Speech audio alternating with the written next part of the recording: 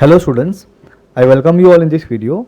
In this video we are going to learn about SYJC SP, that is secretarial practice, and as you all know that we have completed 8 chapters till now. So right from first chapter to 8 chapters we have already completed, and after that we have started with the chapter number 9, that is depository system, and in that also we have completed 3 parts. So as you can see here, in part 1 we have discussed about introduction and meaning of depository system, and then in part 2 we have discussed about importance of depository system, and in part 3 we have discussed about benefits and advantages of depository system. So this much we have already completed, and in our today's video students we are going to start with the constituents of depository system. So first of all let's see what is the meaning of constituents of depository system. So constituents का मतलब होता है one of the parts that form something, मतलब एक ऐसा चीज़ जो different parts को मिलकर बनता है. ऑलराइट, सो डिपॉजिटरी सिस्टम किस तरीके से बनता है, कौन कौन से पार्ट्स इसमें इन्वॉल्व होते हैं, वो सारी चीज़ें हम लोग यहाँ पे अभी डिस्कस करने वाले हैं. सो आपको सिंपल सा यहाँ पे आपको समझ में आएगा. पहले ये हम लोग देख लेते हैं एंड देन हम लोग मेन पार्ट जो है उसकी बात करेंगे. So all operations under the depository system is perform by the depository. तो डिपॉजिटरी सारी चीज़ों को, सारे ऑपरेशन को परफॉर्म करता है with the help of its constituents as explain below. With the help of its constituents मतलब डिफरेंट पार्ट्स. तो ये जो पार्ट्स की हम लोग बात कर रहे हैं वो है आपका यहाँ पे constituents of depository system. So first आपको दिया हुआ है that is the depository, second DP that is the depository participants, the beneficial owner, the issuer company. So यहाँ पे 4 पार्ट्स आपको दिख रहे हैं. तो हम लोग वन बाय वन सारी चीज़ों को पढ़ने वाले हैं. अब ये एक ऐसा क्वेश्चन है स्टूडेंट्स जो बहुत ही सिंपल और बहुत ही ईजी है. इसके लिए बोल रहा हूँ बिकॉज यहाँ पे टेक्निकल चीज़ है, आपको टेक्निकल चीज़ों को समझना पड़ेगा. लेकिन एक बार आप समझ लोगे तो आपको बुक के अंदर रट्टा मारना नहीं पड़ेगा. आप समझने के बाद में बिना बुक में देखे भी अगर ये आंसर को लिखने का ट्राई करोगे तो आप पक्का लिख पाओगे, ये मेरा गारंटी है. बट आपको चीज़ों को समझना है. इन केस कोई चीज़ नहीं समझ में आती है आपको, सो you can ask me in comment section. Alright, तो अभी हम लोग यहाँ पे बुक के अंदर जो दिया हुआ है वो देखने से पहले, उस चीज़ को पढ़ने से पहले हम समझ लेते हैं कि ये सारी चीज़ें है क्या. सो सबसे पहले हम लोग बात करेंगे about the depository. So basically depository क्या होता है? Depository is nothing but the organization. So you can say it is an organization. Depository एक ऑर्गेनाइजेशन होती है. ये लोग क्या करते हैं? It is an organization which keeps investor security in electronic form. जो इन्वेस्टर का सिक्योरिटी होगा, शेयर्स जो होगा, उसको वो लोग इलेक्ट्रॉनिक फॉर्म में उस सिक्योरिटी को सेफ गार्ड करते हैं. सेफ गार्ड करते हैं मतलब संभालते हैं. तो और सिंपल सी लैंग्वेज में अगर इसको हम लोग समझेंगे तो ये होगा कि डिपॉजिटरी जो होता है ये एक ऑर्गेनाइजेशन होता है जो इन्वेस्टर्स, जैसे कि आप लोगों ने अगर किसी कंपनी में इन्वेस्ट किया होगा तो आप इन्वेस्टर बन जाओगे. तो आपने जो भी सिक्योरिटी परचेज किया होगा उसको संभालता है. डिपॉजिटरी सिस्टम उस सिक्योरिटी को संभालता है इन इलेक्ट्रॉनिक फॉर्म. ऑलराइट, ये हो गया. Now if you talk about depository, so depository link होता है बिटवीन कंपनी एंड इन्वेस्टर. आपके और कंपनी के बीच में जो लिंक होता है जिसके थ्रू आप कंपनी में पैसा इन्वेस्ट कर सकते हो, जिसके थ्रू आप कंपनी का शेयर्स, डिबेंचर्स परचेज कर सकते हो, उसको बोलते हैं डिपॉजिटरी. ऑलराइट, तो 3 चीज़ अभी आपको बेसिक्स ही याद रखना है यहाँ पे कि जो डिपॉजिटरी है ये एक ऑर्गेनाइजेशन है. ये ऑर्गेनाइजेशन क्या करता है? इन्वेस्टर्स की सिक्योरिटी को सेफ गार्ड करता है, संभालता है इन इलेक्ट्रॉनिक फॉर्म. सेकेंड, 2 चीज़ पढ़ लिया. थर्ड आपको याद रखना है कि जो डिपॉजिटरी है ये लिंक है between company and the investors. Company और इन्वेस्टर के बीच में एक लिंक है, उसको हम लोग बोलते हैं डिपॉजिटरी. Very clear. तो अभी हम लोग बुक के अंदर जब पढ़ेंगे तो यही सारी चीज़ें आपकी रिपीट होने वाली है. तो बहुत ही सिंपल ये एक टॉपिक है आपका. तो अभी हम लोगों ने समझ लिया कि डिपॉजिटरी क्या है, बट स्टिल कुछ भी डाउट होगा you can ask me in comment section. अपने डाउट्स को अपने तक ही मत रखो, उसको क्लियर करो. You can ask me in comment section. हमारे पास एक मैकेनिज़्म है, एक ज़रिया है जिसके थ्रू हम लोग कम्युनिकेट कर सकते हैं. ऑलराइट, तो अभी आपके एग्ज़ाम आने वाले हैं, बहुत ही नज़दीक है आपके एग्ज़ाम. 2 या 2.5 महीना आपके लिए बचा होगा. अगर अब भी अपने माइंड में आप लोग डाउट रखते हो, कोई भी क्वेश्चन रखते हो खुद तक के, तो वो सॉल्व नहीं होने वाला है. आप इस डाउट को लेकर एग्ज़ाम में जाओगे और वहाँ पे आप कंफ्यूज हो जाओगे. इसके लिए बेटर है अभी आपके पास टाइम है, जितने भी आपके डाउट्स है वो आप क्लियर कर सकते हो. आप कमेंट करोगे तो मैं आपके कोशिश करूँगा कि जितने भी कमेंट्स है सबके आंसर करूँ, सबके रिप्लाई करूँ और वैलिड उसके आंसर होना चाहिए, और मैं वैलिड आंसर ही आपको दूंगा जो सही होगा। हाँ, कोई ऐसा पार्ट जो मैं स्पीड में पढ़ा के निकल गया, आपको नहीं समझ में आया, वो भी आप मुझसे पूछ सकते हो। कोई इंपॉर्टेंट चीज़ होगी तो उसके लिए हम लोग एक सेपरेट वीडियो भी बना लेंगे, या फिर हम लोग लाइव एक सेशन रखेंगे। उस सेशन के अंदर आप लोग अपने क्वेश्चंस, अपने डाउट लेकर आओगे और वो मैं आपको क्लियर कर दूंगा। ऑलराइट, चलो, तो हम लोगों ने अभी समझ लिया कि डिपॉजिटरी क्या होता है। इसके बाद में हम लोग देखते हैं डिपॉजिटरी पार्टिसिपेंट्स क्या होता है। सो बेसिकली सी, अगर आपको किसी भी कंपनी का शेयर परचेज करना है, if you want to purchase share of any company, तो आप डायरेक्टली उस कंपनी में नहीं जा सकते हो। एग्जांपल लेते हैं हम लोग टाटा कंपनी। अगर टाटा कंपनी का शेयर आपको परचेज करना है तो आप डायरेक्टली टाटा कंपनी के पास नहीं जा सकते हो, डायरेक्ट जाके इन्वेस्ट नहीं कर सकते हो। तो कैसे करोगे? तो आपको एक लिंक के थ्रू होते हुए जाना पड़ेगा। वो लिंक क्या होगा? डिपॉजिटरी पार्टिसिपेंट, उसको हम शॉर्टकट में बोलते हैं डीपी। ऑलराइट, तो ये डीपी बहुत इंपॉर्टेंट है, ये आपको समझना, और ये आपको कहीं ना कहीं एग्जाम में पूछेगा, डिपॉजिटरी पार्टिसिपेंट्स। ऑलराइट, सो अभी ये देखते हैं बेसिकली ये होता क्या है। मैंने अभी आपको बताया कि आपको सिक्योरिटी परचेज करना है कंपनी का, टाटा कंपनी का, तो आपको डिपॉजिटरी पार्टिसिपेंट के थ्रू ही आप परचेज कर सकते हो। That means it is an agent of depository.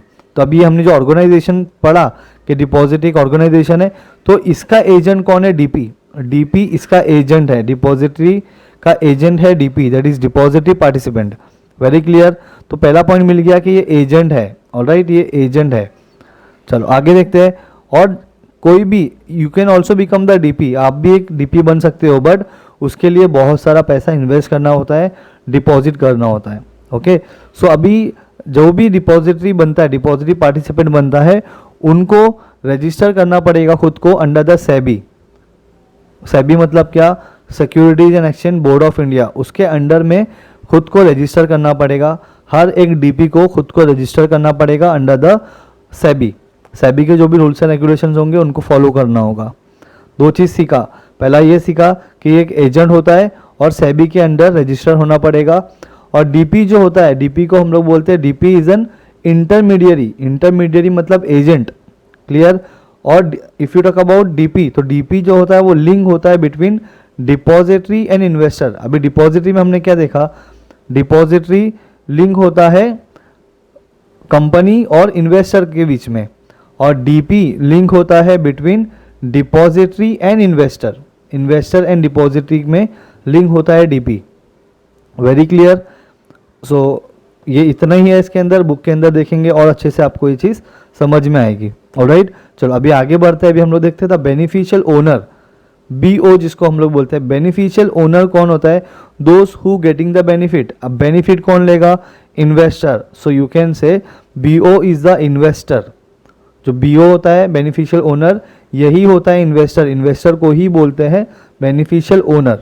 Alright, now BO that is beneficial owner, ये लोग क्या करते हैं? They open their account. वो लोग अपना अकाउंट ओपन करते हैं विथ डीपी। डीपी जो यहाँ पे अभी हमने पढ़ा, तो डीपी के पास ये लोग जाते हैं और एक अकाउंट ओपन करते हैं, और उस अकाउंट को हम बोलेंगे डीमेट अकाउंट।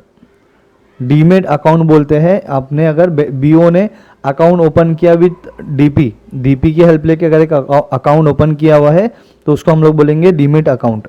Very clear. अब लास्ट वाला पार्ट जो है दैट इज इशूअर कंपनी। तो आपको नाम में ही समझ में आ जाना चाहिए। Issuer company means the company. Okay, so it means the company which has issued the securities which are dematerialized. मतलब ऐसा सिक्योरिटी जो डीमेटलाइज फॉर्म में होगा। ऑलराइट, तो इस तरीके से चारों चीज़ें हमको पढ़ना है। तो आई होप यहीं पे आपको सारी चीज़ें समझ में आ गई होगी। जो मैंने अभी आपको बताया वही चीज़ अभी हम लोग पढ़ने वाले हैं। आपकी बुक के अंदर जो दिया हुआ है अभी वो हम लोग पढ़ेंगे। तो ये कॉन्सेप्ट जो है मैंने जो आपको बताया, ये कॉन्सेप्ट आपका क्लियर होना चाहिए। स्टिल कहीं पे भी कुछ भी क्वेश्चन मार्क होगा दिमाग में, कोई चीज़ नहीं समझ में आई होगी, then you can ask me in comment section. Alright, चलो अभी हम लोग स्टार्ट करते हैं जो आपकी बुक में दिया हुआ है, bookish knowledge. First we will start with the depository. तो मैंने आपको बताया था कि ये एक ऑर्गेनाइजेशन होता है और ये लिंक होता है between the company and the investor. Alright, और ये लोग क्या करते हैं? They safeguard the security of the investors in electronic form. Alright, चलो स्टार्ट करते हैं with very first point, that is it is an organization like the central bank. जिस तरीके से सेंट्रल बैंक होता है उसी तरीके से डिपॉजिटरी भी एक ऑर्गेनाइजेशन है where securities are held in electronic form at the investors request. So investors के रिक्वेस्ट पे जो ऑर्गेनाइजेशन होगा, जो डिपॉजिटरी होगा, ये उनका सिक्योरिटीज़ को सेफगार्ड करेगा, संभालेगा in electronic form. Very clear first point. Second point देखते हैं अभी। It also provide different services related to different transaction in such securities. तो अलग अलग तरीके की सर्विसेज जो डिपॉजिटरी होता है वो प्रोवाइड करता है टू द इन्वेस्टर। चलो थर्ड पॉइंट देखते हैं। It is responsible for safe keeping of the investors securities. तो इन्वेस्टर्स के सिक्योरिटीज़ को सेफ कीपिंग यानी संभाल कर रखता है। Point number 4, there is no direct access of investors with the depository. तो इन्वेस्टर का डायरेक्ट एक्सेस नहीं होता है क्योंकि बीच में एक और एक लिंक होता है। कौन सा? That is called DP. अभी हम लोगों ने सीखा डीपी। डिपॉजिटरी जो है वो लिंक है कंपनी और इन्वेस्टर के बीच में, और डीपी जो है वो लिंक है डिपॉजिटरी एंड इन्वेस्टर के बीच में। तो इन्वेस्टर डायरेक्टली ना तो डिपॉजिटरी के पास जा सकता है और ना तो डायरेक्ट कंपनी के पास जा सकता है। इन्वेस्टर सबसे पहले पास जाएगा, सबसे पहले जिसके पास जाएगा वो होगा DP, that is depository participants. Alright, चलो पॉइंट नंबर 5 देखते हैं। It works as a link between the company and investors. See, ये लिंक होता है। Depository is nothing but the link between the company and the investors. Alright, तो ये था आपका पॉइंट नंबर 5। तो दिस मच ओनली, बहुत ही सिंपल है। आई होप आपको समझ में आया होगा। कोई भी चीज़ नहीं समझ में आई होगी you can ask me in comment section. Alright, चलो अभी हम लोग आगे बढ़ेंगे और सेकेंड पार्ट देखेंगे इस आंसर का, that is DP depository participants. तो ये भी बहुत ही सिंपल है। चलो इसको स्टार्ट करते हैं with very first point.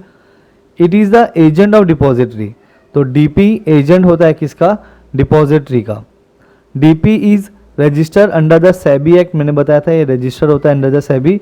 It enjoys rights and obligations as specified under SEBI regulation of 1996। Okay, obligations का मतलब होता है कंपल्शन। जितने भी रूल्स एंड रेगुलेशन सेबी ने बनाया होगा वो सारे रूल्स एंड रेगुलेशंस को डीपी को फॉलो करना होगा। वो रूल्स एंड रेगुलेशंस कहाँ पे आपको मिलेंगे? The rules and regulations of SEBI are mention under the regulation of 1996। उसके अंदर जितने भी रूल्स एंड रेगुलेशंस होंगे वो सारी चीज़ों को डीपी को मानना पड़ेगा, उसको फॉलो करना होगा। Very clear. चलो पॉइंट नंबर 3 पे आते हैं। It is N intermediary appointed by the depository. तो डिपॉजिटरी इसको अपॉइंट करता है डीपी को। DP is appointed by the depository, और जो डिपॉजिटरी अपॉइंट करता है डीपी को, इसलिए हम डीपी को बोलते हैं, डीपी जो है वो है इंटरमीडियरी मतलब एजेंट। ऑलराइट, चलो पॉइंट नंबर 4 देखते हैं। DP act as a link between depository and the investor. हम लोगों ने इसके पहले देखा डिपॉजिटरी यहाँ पे। तो डिपॉजिटरी जो था वो लिंक था between company and investors. Company और इन्वेस्टर के बीच में लिंक था डिपॉजिटरी, और जो डिपॉजिटरी पार्टिसिपेंट्स है ये लोग लिंक है डिपॉजिटरी एंड इन्वेस्टर्स के बीच में। Very clear. तो ये आपको याद रखना है, बहुत ही लॉजिकल है। इसके लिए मैंने आपको बोला था कि आपको रट्टा नहीं मारना पड़ेगा। आपको एक बार चीज़ समझ में आ गई then you can write own words. Alright, चलो आगे बढ़ते हैं अभी। Point number 5, it directly deals with customers. तो डीपी जो होता है वो डायरेक्टली किससे डील करेगा? To the customers. It sends statement of accounts periodically. तो जो भी स्टेटमेंट होगा उसके अकाउंट्स का, जो भी ट्रांजेक्शन होगा उसका पीरियोडिकली, ओके, पीरियोडिकली पूरा का पूरा इंफॉर्मेशन प्रोवाइड करेगा टू द इन्वेस्टर्स। चलो point number 6, it functions like a securities bank. जिस तरीके से बैंक होता है उसी तरीके से डीपी भी होता है, बट ये कौन सा बैंक होता है? सिक्योरिटीज़ का बैंक होता है। सिक्योरिटीज़ में सारी चीज़ें आती है, हमको पता है। Shares, debentures, public deposit, bonds, सारी चीज़ें सिक्योरिटीज़ को बोलते हैं हम लोग। Point number 7, it facilitates dematerialisation. Now facilitate dematerialisation का मतलब, फैसिलिटेट मतलब ये हेल्प करता है किसका हेल्प करता है? डीमटेलाइजेशन में। अब डीमटेलाइजेशन का मतलब होता है, dematerialisation is a process. It is a process. किस चीज़ का प्रोसेस होगा? Conversion of physical form of securities into electronic form of securities. That means आपने शेयर परचेज किया, कंपनी ने एज अ प्रूफ आपको एक पेपर दिया, दैट मीन्स शेयर सर्टिफिकेट दिया। पेपर दिया मतलब फिजिकल चीज़ हो गया, आप देख सकते हो उस चीज़ को, तो उसको हम लोग बोलते हैं फिजिकल फॉर्म ऑफ सिक्योरिटीज़। अगर आपको उस फिजिकल फॉर्म ऑफ सिक्योरिटीज़ को कन्वर्ट करना है into electronic form of securities को, और अगर आपने कर लिया तो इस प्रोसेस को हम लोग बोलते हैं डीमेटलाइजेशन। ऑलराइट, चलो आगे देखते हैं point number 8। It credits securities in the event of right issue, bonus issue etcetera. मतलब whenever company is going to offer you the right issue, whenever company is going to give you the bonus shares free of cost वाला, तो ये आपके behalf में receive करेगा। Okay, DP आपके behalf में, investor के behalf में ये सारी चीज़ों को रिसीव करेगा। चलो point number 9। It handles instant transfer of payouts like dividend, interest etc. So whenever company is going to give interest or dividend to the investors, so आपके बिहाफ में कौन रिसीव कर रहा है? DP, that is depository participants. Point number 10. It settles trade electronically. Trade का मतलब होता है बाइंग एंड सेलिंग, खरीदना और बेचना। तो खरीदने और बेचने को संभालता है डिपॉजिटरी पार्टिसिपेंट्स, बट कैसे? इलेक्ट्रॉनिकली। ऑलराइट, चलो पॉइंट नंबर 11 देखते हैं। Following can work as DPs. तो मैंने यहाँ पे बहुत सारे नाम थे, आपको बुक में आप देखोगे तो बहुत सारे आपको नाम दिखेंगे, लेकिन वहाँ पे आप कंफ्यूज हो जाओगे क्योंकि ऑलरेडी आंसर बहुत बड़ा है। तो आप क्या कर सकते हो, कुछ चीज़ें जो आपको ईजिली याद हो जाएगी बस उतना ही आप लिखो। इसलिए मैंने बाकी की सारी चीज़ें हटा दिया, जो बहुत ही सिंपल वर्ड्स है जो आपको ईजिली देख के समझ में आ जाएगा, वो सारी चीज़ों का रखा है। और आप भी इतना ही लिखो तो आपको पूरे मार्क्स मिलेंगे। डोंट वरी कि कम हो गया है तो मार्क्स नहीं मिलेंगे, ऐसा कुछ नहीं होगा। आपको 100% पूरा मार्क्स मिलेगा अगर आप ये सारी चीज़ों को लिखोगे तो। ऑलराइट, चलो देखते हैं कौन कौन सा डीपी होता है। Financial institution can also play a role of DP. Banks भी डीपी होते हैं, that is depository participants. Approved foreign banks, जो फॉरेन बैंक्स होंगे, they can also play a role of DP. Stock brokers, तो stock brokers लोग भी they can also play a role of DP. Alright, तो ये बस इतना आपको याद रखना है, 4 चीज़ें। चलो आगे देखते हैं अभी हम लोग point number 12। The DP maintains account of securities of each investors. So हर एक इन्वेस्टर्स के अकाउंट को, कौन से अकाउंट को? सिक्योरिटीज़ के अकाउंट को मेंटेन करता है, संभालता है। ओके, यही तो हम सीख रहे हैं अभी। डीपी जो है वो सेफगार्ड करता है सिक्योरिटीज़ को, किसके? इन्वेस्टर्स के। Very simple. चलो point number 13। The DP has a unique numbers for identification. Unique number होता है, एक ऐसा नंबर मिलता है डीपी को, ओके, जो जिससे आप उसको आइडेंटिफाई कर सकते हो। ऑलराइट, तो ये है आपका पॉइंट नंबर 13। तो यहाँ पे डिपॉजिटरी पार्टिसिपेंट जो है वाला पार्ट फिनिश होता है। अभी हम लोग थर्ड पार्ट की तरफ चलते हैं। उसके पहले आपको यहाँ पे एक जस्ट बुक में दिया हुआ है, इसको एक रीड कर लेते हैं just for your understanding. A custodian और custodian bank is a financial institution that holds customer securities. तो जो बैंक है, जो फाइनेंशियल इंस्टीट्यूशन है, कस्टोडियन को हम लोग बोलते हैं, बैंक और फाइनेंशियल इंस्टीट्यूशन, ये लोग क्या करते हैं? They holds customer securities, customer के सिक्योरिटी को संभालते हैं for safe keeping, to prevent them from being stolen और लॉस। चोरी हो जाने से बचाने के लिए ये लोग अपने पास कस्टडी में रखते हैं। द कस्टोडियन में होल्ड स्टॉक्स और अदर असेट्स इन इलेक्ट्रॉनिक और फिजिकल फॉर्म। तो आपकी सिक्योरिटीज़ को ये लोग संभालेंगे। ऑलराइट, तो इसको बोलते हैं कस्टोडियन। पॉइंट नंबर 3 जो है हमारा वो है द बेनिफिशियल ओनर। तो बेनिफिशियल ओनर के शॉर्टकट में हम लोग बोलते हैं BO। ऑलराइट, तो देखते हैं BO कौन होता है। The BO is the investor. अगर आपने अपना पैसा इन्वेस्ट किया किसी कंपनी में और सिक्योरिटी को परचेज किया, तो you will also become the BO, that is beneficial owner of securities who has availed the services of depository participants. आपने अगर डिपॉजिटरी पार्टिसिपेंट का सर्विसेज लिया है, then you can call yourself as a BO, that is beneficial owner. BO is entitled to all rights, सारी rights मिलेंगे इनको, benefits भी मिलेंगे, and is subject to all liabilities with respect to the securities held by depositories. तो आपका फ़ायदा भी है और आपका liability भी होगा, आपका नुकसान भी है। Very simple. चलो, the BO can also be called as client of depository and DP। तो BO beneficial owner जो है वो client है, किसके लिए? डिपॉजिटरी के लिए एज वेल एज डीपी के लिए। अगर ये BO नहीं होंगे, इन्वेस्टर्स होंगे ही नहीं, तो पैसा कौन देगा इनको? डिपॉजिटरी के पास भी पैसा नहीं जाएगा और डीपी के पास भी पैसा नहीं जाएगा। That is why BO, that is beneficial owners, are nothing but the client of depository and depository participant. Very clear.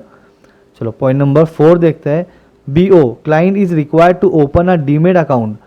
तो आपको अगर इलेक्ट्रॉनिक फॉर्म सिक्योरिटी परचेज करना है तो आपको एक अकाउंट ओपन करना होगा, that is called demat account with the DP for electronic holding of securities. तो आपका जो इलेक्ट्रॉनिक सिक्योरिटी होगा वो आप कहाँ रखोगे, वो आप रखोगे डीमेट अकाउंट में। BO has to pay charges to the DP for availing the services of DP। तो DP का सर्विस अगर आप यूज़ कर रहे हो एज अ इन्वेस्टर तो उसके लिए आपको एक नॉमिनल चार्जेस भी पे करना होगा। ऑलराइट, चलो BO is given a unique account number in which securities are held. तो अब BO जो है इनको एक अकाउंट नंबर मिलता है, यूनिक नंबर, जिसमें आपका उस अकाउंट में आपका सिक्योरिटीज होगा, that is called demat account, अभी हम लोगों ने जो सीखा। ऑलराइट, तो द बेनिफिशियल ओनर के 5 पॉइंट्स हम लोगों ने किया। Last we are going to see the issuer company. तो ये तो बहुत ही सिंपल है, द इशूअर कंपनी आपको नाम पढ़ते ही समझ में आ जाएगा। It means the company which has issued the securities which are dematerialised. Okay, it must register with the depository. तो इशूअर कंपनी को रजिस्टर करना पड़ेगा विद द डिपॉजिटरी, जो पहला पार्ट हम लोगों ने देखा था इसमें। ऑलराइट, सो ये है आपका पॉइंट नंबर 4। तो ये सारी चीज़ें भी हम लोगों ने देखा right from first point two fourth point. बहुत ही सिंपल और बहुत ही लॉजिकल और इजी एक टॉपिक है ये, at the same time important भी है। सो आई होप आपको ये सारी चीज़ें समझ में आई होगी जो भी हम लोगों ने डिस्कस किया। If you fail to understand anything you can ask me in comment section. So till then, thank you very much all, take care.